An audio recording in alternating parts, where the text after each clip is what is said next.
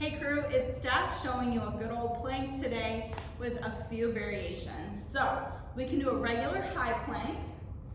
Hands can come wider than the shoulders, so finding the shoulder or hand placement, you're going to let your arms naturally open up beside you. So most of us have this little bit of space, we call it carrier arm. Just let your arms hang naturally beside you, draw your arms up, palms down. That's about where your hands need to be in a plank. They don't need to be right underneath your shoulders. In fact, that might feel really tight for some people. Take them a little wider. Grip through the fingers and then extend through the legs. Now your feet could be hips width. If you need a little bit more of a base, you could take them wider. I wouldn't bring the feet together, I would have them neutral. Now you could just hold here, this is hard enough. You could always bring your knees down.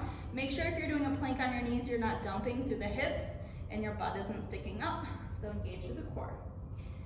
Some other options, if that hurts your wrists, you could actually walk your hands in front of your shoulders just slightly.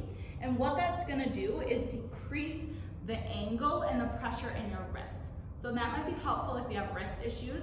Otherwise, you can always try coming down onto a forearm plank.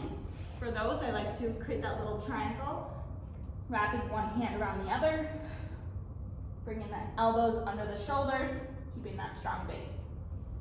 You can always do that from your knees as well. Now, if you want to take your plank up a notch, grab a gorgeous ball or even a block, place it between your quads, squeeze that ball, or you can do the same thing, coming between your feet. Squeeze, squeeze, squeeze, and it's gonna take your plank up a notch.